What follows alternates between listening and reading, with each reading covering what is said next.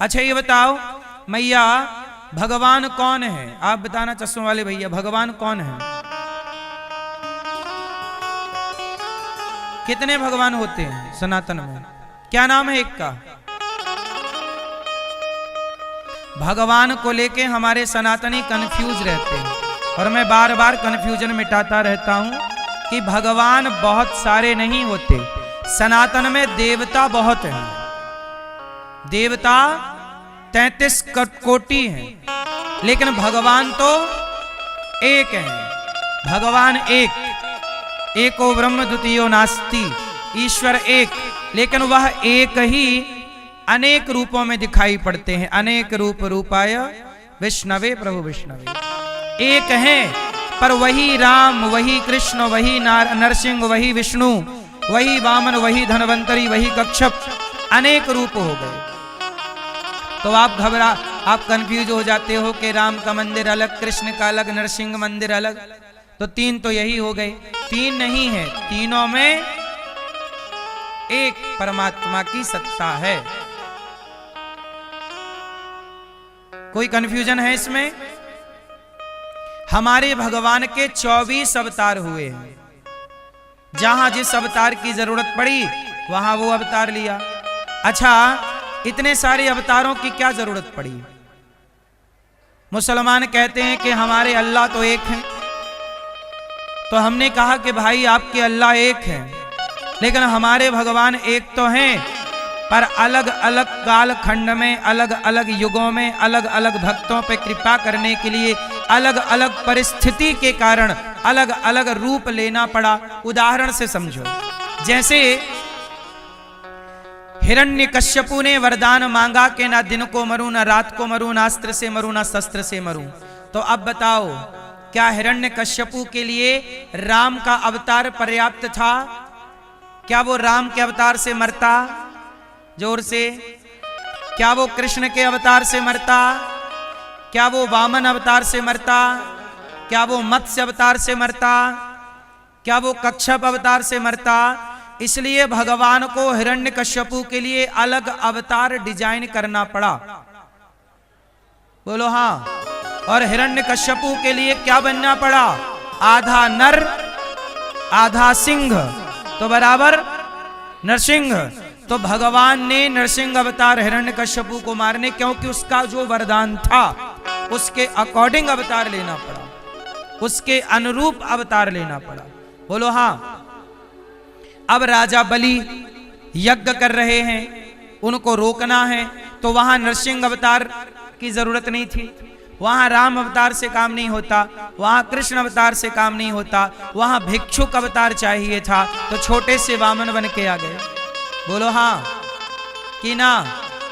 समुद्र मंथन हुआ, पर्वत नीचे जा रहा था, तो वो पर्वत थामने के लिए राम नहीं आ सकते थे, कृष्ण नहीं आ सकते थे, तो कच्छप अवतार लिया। अरे भगवान सब अवतार इसलिए लेते हैं कि कछुओं को भी लगे कि भगवान हमारे हैं, मछली को भी लगे कि भगवान हमारे हैं। हंस अवतार लिए। मैंने सुना कि प्रयागराज में कोई हंस तीर्थ है? हंस तीर्थ है यहां, यहां है कि बनारस में? हंस तीर्थ है यहीं प्रयागराज जी में, और उस पे लोगों ने कब्जा कर लिया है। तो आप लोग जरा छुड़वाओ। सरकार ने भी बोल दिया है कि ये भगवान की हंस, भगवान के 24 अवतारों में एक अवतार हंस अवतार हुआ। तो हंस अवतार यही हुआ था प्रयागराज में। तो वो हंस तीर्थ है एक जगह यहाँ पर।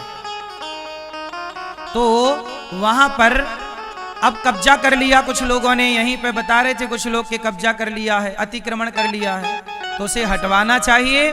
और वो सनातनियों का तीर्थ है, वहां भगवान हंस ने, वहां ऋषियों ने, नारद जी ने भी तपस्या की है, वहां ऋषियों की तपस्थली है। आज भी वो मंदिर है, टूटा फूटा प्राचीन स्थान है। तो जब ये प्रयागराज का महात्मा पढ़ते हैं तो वो हंस तीर्थ का भी उल्लेख आता है। तो आप लोग उनको, जितने भी हमारे सनातनियों के तीर्थ स्थल हैं, उन्हें अतिक्रमण से, कब्जों से मुक्त कराना चाहिए। सरकार ने बोल दिया है, मतलब सुप्रीम कोर्ट, हाई कोर्ट ने दे दिया है कि ये भगवान का स्थल है, लेकिन फिर भी लोगों ने कब्जा किया है। पुलिस को हटाना चाहिए वहां से कब्जा। आप लोगों को भी आवाज लगानी चाहिए, प्रयागराज के भक्तों, अपने तीर्थों को आप नहीं बचाओगे तो कौन बचाएगा? ये तो प्रयागराज के भक्तों की जिम्मेदारी है। खोज करो कहां है ये तीर्थ, अगल बगल है, और उसे बचाओ। भारत के कोने कोने में जहां जहां सनातनी हो, वहां वहां अपने क्षेत्र की रक्षा तो करो। क्षेत्रीय अवशेष तो बचे रहे हमारे प्राचीनता के। हमारा सनातन इतना साइंटिफिक है कि किसी के मिटाए नहीं मिटता। अब हमारे प्रयागराज में देखो, यहां अक्षय वट है।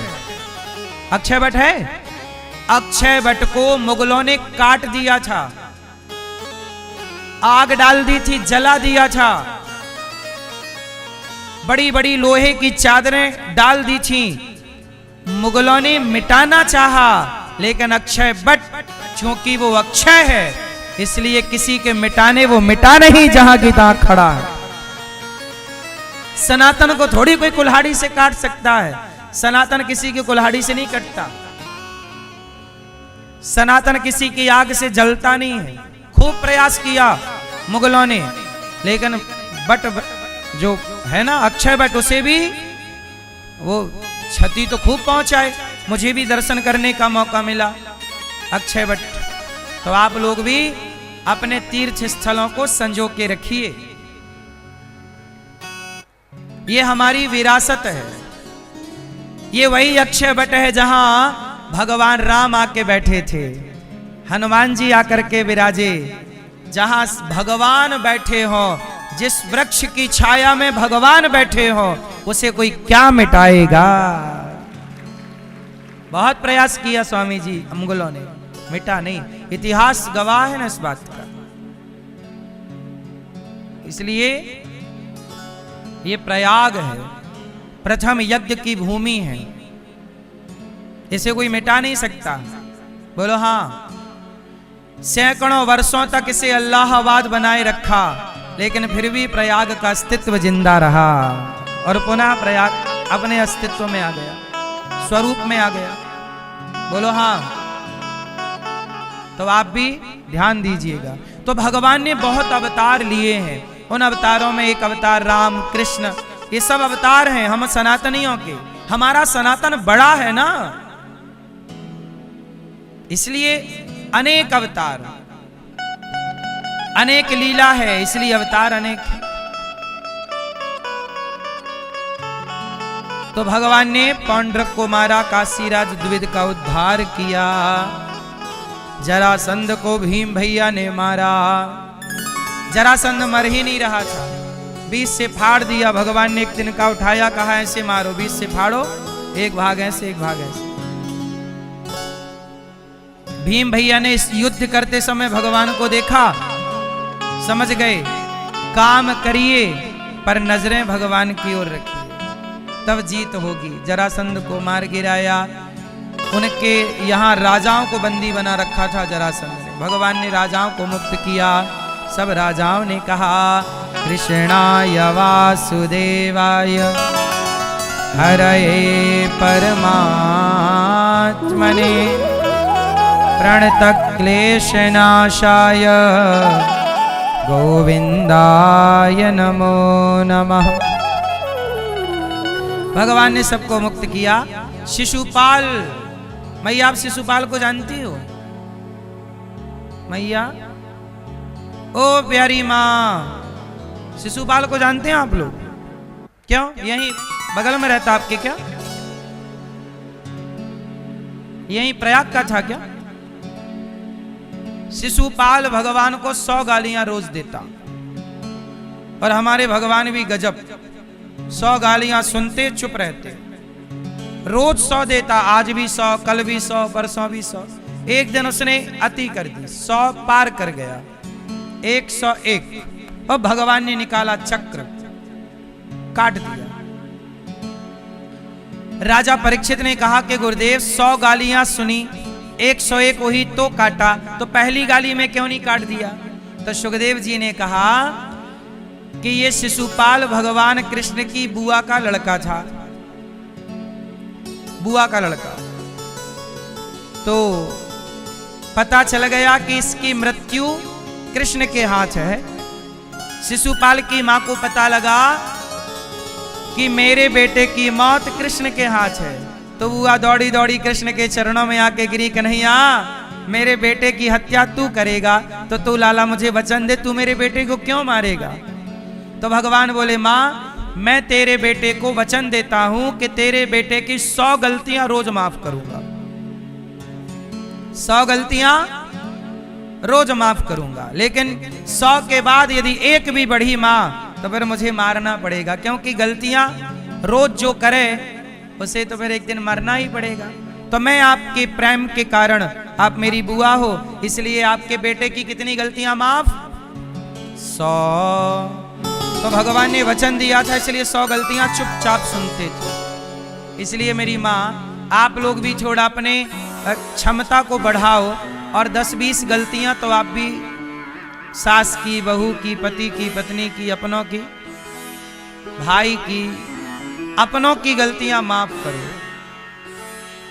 क्षमा बड़न को चाहिए, छोटन को उत्पात, काहरी को घट गयो जो भृगुमारी लात।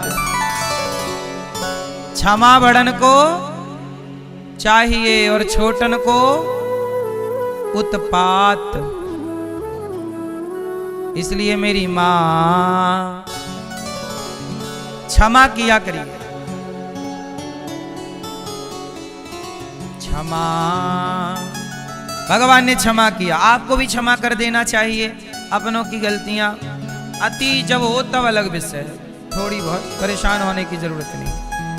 ये कथा यही मैं